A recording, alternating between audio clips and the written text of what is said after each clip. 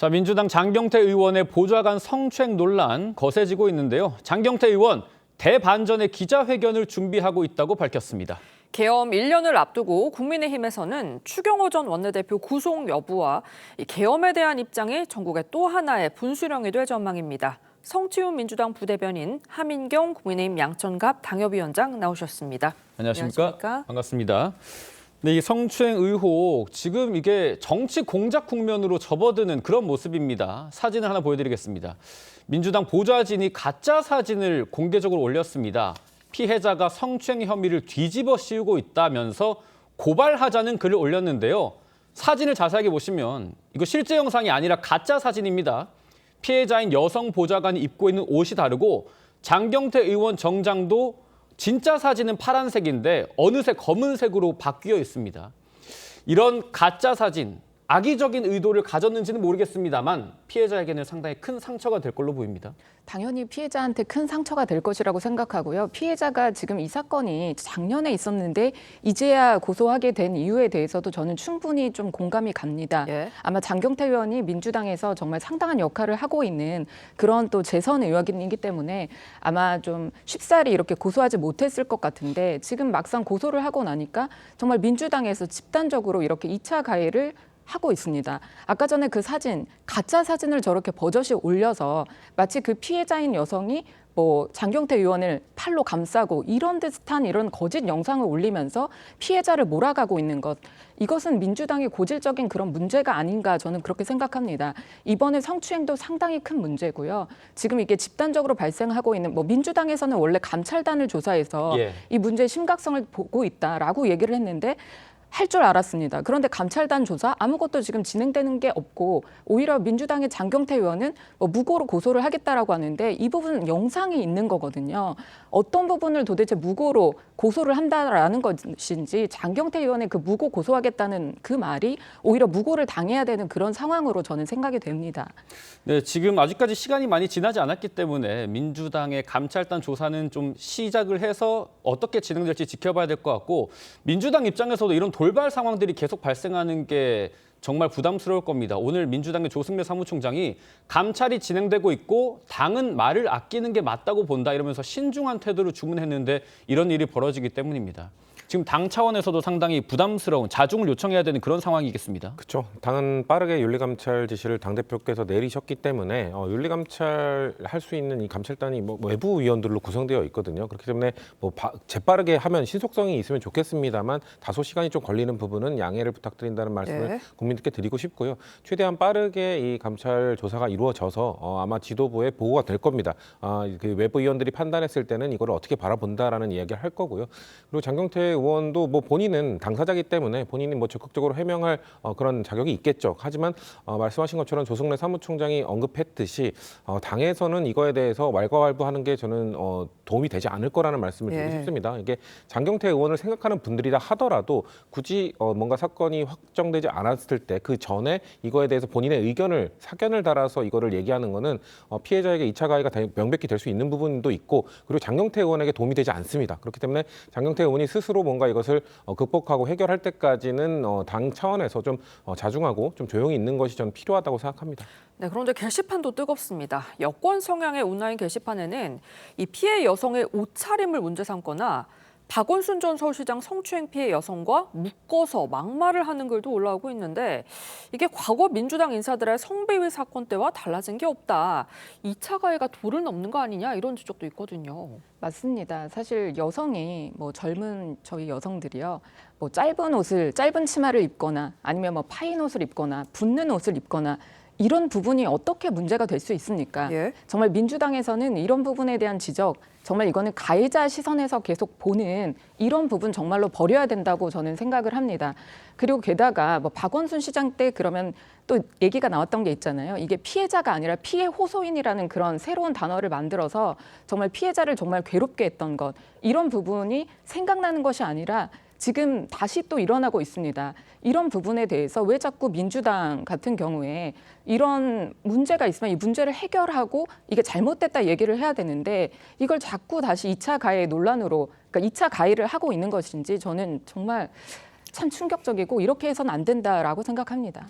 지금 경찰서에 준강제추행 혐의로 고소장이 접수가 됐고 아직 수사가 진행 중이기 때문에 혐의가 입증되지 않았습니다. 의혹 단계라는 걸 저희가 거듭 말씀을 드리겠습니다. 국민의힘을 중심으로 오거돈 박원순 시장 사태를 언급하면서 민주당의 고질적인 문제다 이렇게까지 비판을 하거든요. 그런 부분에 있어서는 비판을 겸허히 수용을 해야겠죠. 그리고 지금 여권 성향, 그러니까 민주당 성향의 게시판에서 여성의 옷차림을 지적하는 그런 것들은 전혀 동의할 수 없고요. 잘못된 예. 발언이라고 생각합니다. 그런 것들은 여성이 어떤 옷차림을 하든 추행이 이루어지면 당연히 안 되는 거죠. 그렇기 때문에 민주당에서도 그런 커뮤니티에서 돌고 있는 의견이나 2차 가해나 그런 발언들에 대해서는 절대 동의하지 않는다. 오히려 그런 거에 대해서 문제의식을 갖고 있다라는 말씀을 드리고요. 아까 거듭 말씀드리는 것처럼 혹시 그 지지자분들 중에서도 장경태 의원을 생각하고 지지해주고 싶다 하는 마음을 갖고 있다 하더라도 지금은 그런 발언이나 지지의 말이나 이런 것들을 최대한 아껴야 되는 시기라고 생각하기 때문에 그런 것들을 좀 지지하는 분들께서도 좀 유념해 주셨으면 좋겠다는 말씀 다시 한번 드립니다. 예. 이렇게 말을 아껴야 하는데 이런 상황에 장경태 의원 본인이 한 유튜브에 등장을 했습니다. 대반전의 기자회견을 준비하고 있다. 직접 밝혔는데요. 내용 들어보시죠. 저도 약간 졸린 상황이긴 했는데요. 네. 근데 어찌됐건 제가 그 대반전 기자회견을 준비하고 있어서 아, 지금 변호사분들하고 네. 해당 증거는 다 확보한 상황이고요. 네. 그래서 아마 많은 사실관계들을 제가 밝혀야 될 예정이라 그때 밝히도록 하겠습니다. 지금 말씀드릴 수 있는 건 오히려 제가 불편한 상황이었어요. 아. 아니 어느 비서관이 다른 당 재선 의원의 몸에 손을 댑니까? 뭐 사실 그런 사람이 저희 보좌진도 그런 그렇죠. 사람이 없어요. 네. 아마 내일쯤이면 깜짝 놀라실 걸로 예상이 됩니다. 아, 자, 들으신 것처럼 장경태 의원 대반전을 위한 증거는 다 확보했다는 건데 이 피해자는 한거불능 상태였다는 점을 명확히 하고 있는 상태거든요. 장 의원이 이런 상황을 뒤집을 만한 증거 제시할 수 있을까요? 글쎄요, 저는 장경태 의원이 지금 이 시점에서 영상이 좀 나왔고 또 영상의 그게 일부라는 그런 부분입니다. 네. 영상이 상당히 많은 부분의 분량이 찍혀져 있는 그런 영상이 있는 것으로 알고 있는 이런 가운데 도대체 어떤 대반전의 이제 증거를 제시할 것인가가 상당히 저도 궁금을 한데요. 이게 영상을 보다 보면 영상 자체가 이제 동의 없이 찍은 영상이다라고 하면서 장경태 의원은 그 자체가 무고라고 얘기를 하고 있는데 네. 이 영상이 참 중요한 것은 당시의 상황이 어땠는지를 정말 잘 보여주는 그런 증거이기 때문입니다. 장경태 의원의 손이 이제 이쪽 여성의 이제 몸 쪽으로 가니까 아니 왜 거기 손이 이런 얘기도 사실은 담겨져 있다라고 예. 얘기를 하는데요. 장경태 의원이 지금 그러면은 대반전이라고 하는 것은 여성이 뭐 좋아하는 줄 착각했다 뭐 이런 얘기를 할런지 정말로 잘 모르겠습니다. 이런 부분에 대해서 저는 오히려 장경태 의원이 지금 현재 잃을 것이 너무나 많은 그런 위치에 있기 때문에 본인을 지키기 위해서 정말로 피해자를 뭐 가해자로 몰아가거나 아니면 이렇게 2차 가해를 하거나 이렇게 본인이 다시는 일어설 수 없는 그런 자리를 만드는 그런 뭐 대반전의 그런 뭐 인터뷰 이런 자리는 아니었으면 합니다. 지금 장경태 의원의 페이스북 해명과 어제 유튜브 발언을 종합해서 보면 장 의원 주장은 이겁니다. 사진을 찍은 남자친구, 이 소위 말해서 도둑 촬영을 한 남자친구가 국민의힘 소속 구청장이 있는 동대문구에서 일하고 있다. 이 동의 없는 촬영을 한 사람이 국민의힘 소속은 아닌지 파악해라 이렇게 얘기를 했는데 지금 이런 상황에 상대방이 국민의힘 소속인 게 중요합니까? 그렇죠. 사실 국민의힘 소속이건 아니면 민주당 소속이 아닌다 하더라도 이 사건의 본질과는 크게 다를 수 있죠. 다만 지금 커뮤니티에서 떠도는 이야기나 이런 것들에서는 타 정당이기 때문에 이것이 계획된 건 아니냐 이런 음모론까지 나오고 있는 건데 오히려 그런 거에 기름을 부을 수 있는 발언들은 자제하는 게 전 맞다고 보고요. 다만 장경태 의원은 당사자입니다. 그리고 또 정치인으로서의 생명이 걸린 문제이기 때문에 본인은 억울하다고 한다면 적극적으로 해명할 수 있는 저는 권한은 있다고 생각합니다. 그렇기 네. 때문에 그런 것들을 최대한 뭔가 이 피해자에게 2차 가해가 되지 않는 범위 내에서 그렇기 때문에 그런 공개적으로 하기보다는 저는 경찰 조사를 받으면서 본인의 입장이나 본인이 갖고 있는 자료를 최대한 제출하는 것이 좋지 않을까. 제가 알기로는 TV조선에서 그 영상을 공개할 때도 피해자가 의사가 있기 때문에 네. 전체를 공개가 못한 걸로 알고 있는데요. 맞습니다. 예. 그런 것처럼 피해자의 의사가 있기 때문에 그런 자료나 이런 것들을 공개할 때도 좀 그런 것들 조심하면서 최대한 자기의 대신에 저는 장경태 의원이 본인의 의견을 피력할 자격은 있다고 생각합니다. 그렇기 때문에 그런 것들을 조심하면서 본인이 할 수 있는 있는 한도 내에서 좀 했으면 좋겠다는 말씀 드리고 싶습니다. 네, 경찰 수사가 본격적으로 시작되면서 피해자는 이 장경태 의원 팔이 자신 쪽으로 향하니까 앞서 말씀하신 것처럼 아니 왜 거기에 이런 음성이 녹음된 자료도 제출을 할 계획인데 이 피해자가 거부 의사를 명확히 했다는 근거가 될 수 있을까요? 이거는 당연히 피해자가 거부 의사를 밝힌 것이고요. 그 영상을 보면은 저도 약간을 봤는데 그 영상을 보면은 정말 거의 피해자는 한거불능의 상태입니다. 그렇기 때문에 준 강제추행으로 고소를 한 것으로 보이는데 이게 정신은 있더라도 몸이 이제 가누지 못하는 것을 이제 한거불능의 상태로 볼 수 있거든요.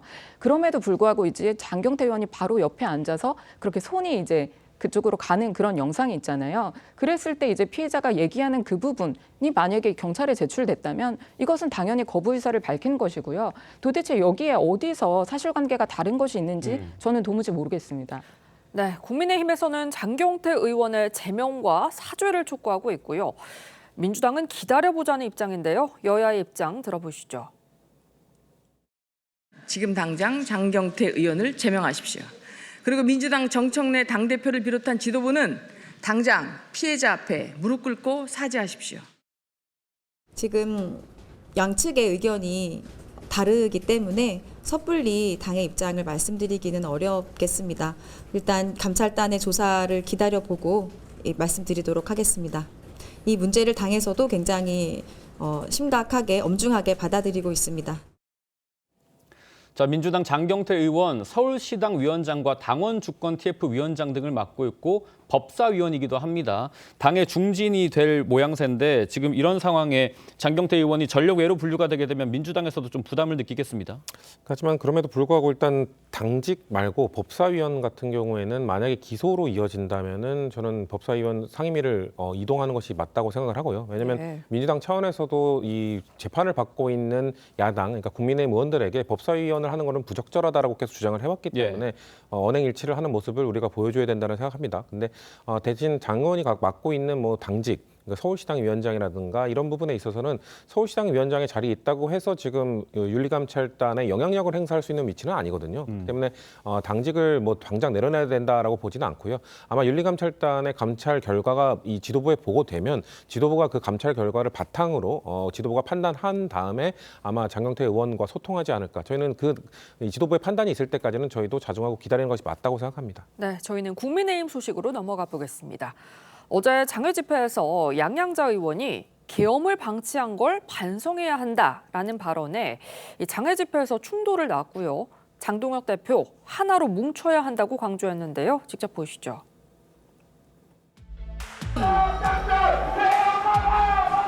들어보세요. 계엄은 정당했다라고 저 편말을 들고 있는데 무슨 계엄이 정당했습니까, 여러분? 계엄은 불법이었습니다. 그 계엄의 불법을 방치한 게 바로 우리 국민의힘이었습니다. 우리는 반성해야 됩니다. 11월 여러분 다 알고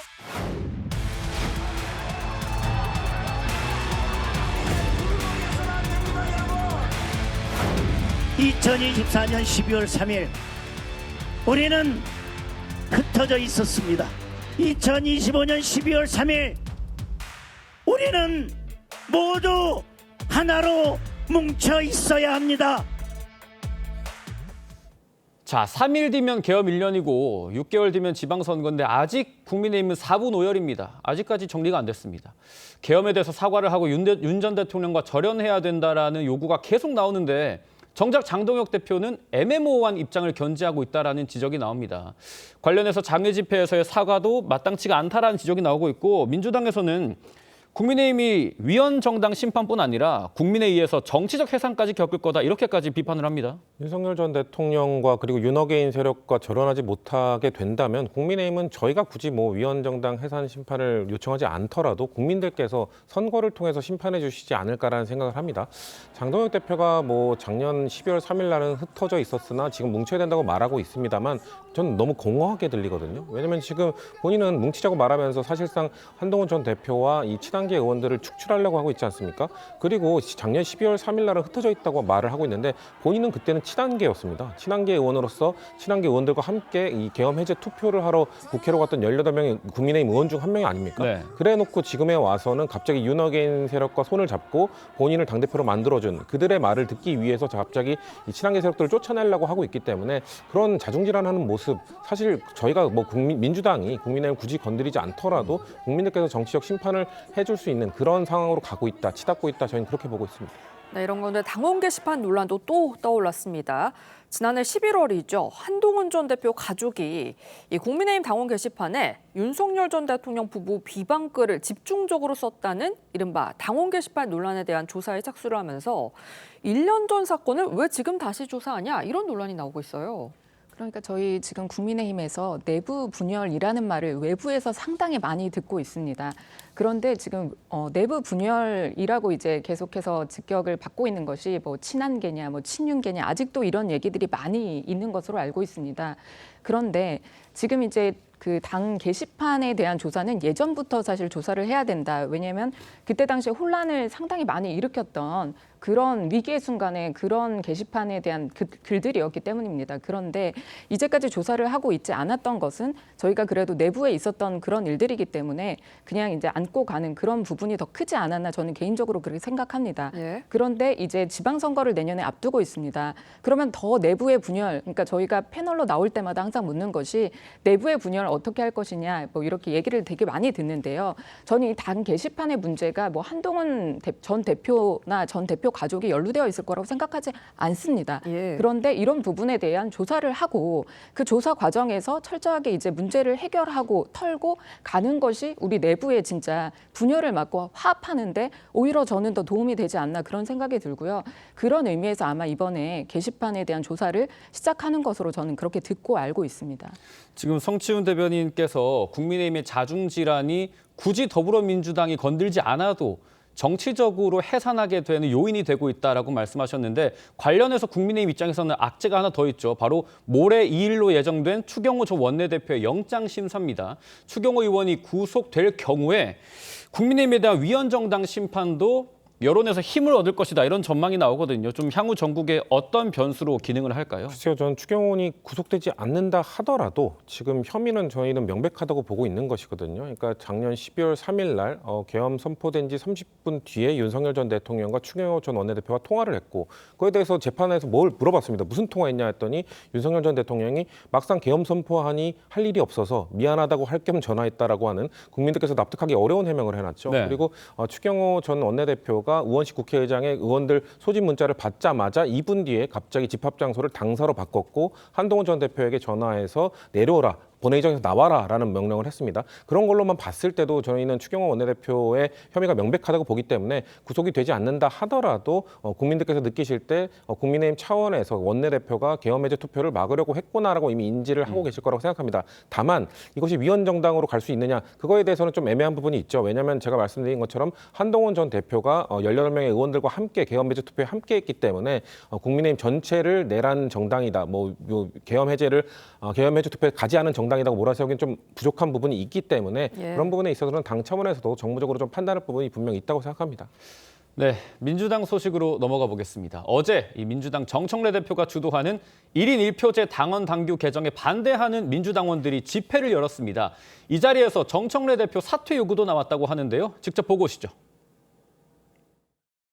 당원 100% 중용, 투표한 사람은 고작 16.7%에 불과합니다. 이게 어떻게 당원들의 압도적 찬성이란 말입니까? 나머지 83%의 당원들은 당원이 아닙니까? 이런 행태를 저지르는 정청래 당대표에 대해서 더 이상 우리가 참을 수 없기 때문에 이 자리에 모였습니다. 정청래는 사퇴하라! 자, 1인 1표제 당원 당규 개정에 반대하는 민주당원들, 이 정청래 대표는 사퇴하고 비상대책위원회로 전환하라고 촉구를 하고 있습니다. 정 대표가 본인의 당대표직 연임을 위해서 세를 늘리고 있는데 급급하다는 건데 어떻게 보시는지요? 1인 1표제로 가는 것 자체를 정청래 대표가 개인적 욕심 때문에 한다고 보기엔 좀 어려울 것 같고요. 다만 저런 반대의 목소리가 나오는 이유는 이 대의원제가 사실상 무력화되게 된다면 이런 영남 지역이나 민주당의 당원들이 적은 지역의 목소리가 아무래도 이 과소대표될 가능성이 있거든요. 그렇기 때문에 그런 부분에 대해서는 정청래 대표도 분명 인지를 하고 계실 겁니다. 이번에 1인 1표제로 가자, 당원의 권한을 주자, 더 많이 강화하자 이런 거에 대해서 이렇게 크게 반발할 거라고 예상을 못했을 거라고 보거든요. 네. 그렇기 때문에 아마 TF를 지시를 했고 뭔가 이런 의견들을 수렴하라고 했기 때문에 대의원 제도를 좀 유지할 수 있는 방안, 그러니까 전국 정당으로서 가기 위해 우리가 취약한 지역의 목소리를 좀 담아낼 수 있는 방안들을 적절히 보완을 해서 이런 1인 1표제가 아닌 약간의 보완적 중간 단계로 좀 수정안을 만들지 않을까라고 생각을 해봅니다. 그렇게 된다면 아마도 이 1인 1표제 자체에 대한 문제보다도 이걸 또 왜 순방 중에 했느냐. 그러니까 시기적인 그렇죠. 문제의 비판도 분명히 있었거든요. 그렇기 때문에 의견 수렴을 하는 과정을 정청래 대표께서 좀 거친다면은 저런 좀 반대 목소리도 좀 잦아들지 않을까 그렇게 예상을 해봅니다. 저는 이재명 대통령이 들어서고 이제 얼마 안 됐는데 이렇게 여권의 이제 대표가 정청래 대표가 이렇게 본인의 인기에 부합하도록 자꾸 이제 당을 끌어갈 수 있을까? 저는 이런 부분에 대해서 대통령실도 상당히 반감을 가지고 있을 거라고 생각을 합니다. 지금 그 시점뿐만 아니라요. 또 이게 전 투표에 대한 이제 투표를 할 때 그 10월 달 요 한 달에 이제 가입을 한 그런 당원들에게도 이제 투표권을 줬다라는 거에 대해서 상당히 이게 절차적으로도 문제가 있다라는 많은 지적이 있거든요. 이게 1인 1표제를 하면 좋은 점이 분명히 있겠죠. 그런데 지금 이제 단기간에 이렇게 뭐 10월 한 달 당원들 다 들어와서 이렇게 투표를 할 수 있게 뭐 이렇게 할 수 있는, 그러니까 내 편을 많이 끌어와서 내가 원하는 대로 이렇게 할 수 있겠다라고 하는 것에 대한 비판이 상당히 있는데 그런 부분을 정청래 대표가 이번에 좀 잘못 흔든 것이 아닌가 저는 그렇게 생각합니다. 예. 네, 지금까지 정치권 쟁점 짚어봤습니다. 두 분 말씀은 여기까지 듣겠습니다. 감사합니다. 감사합니다.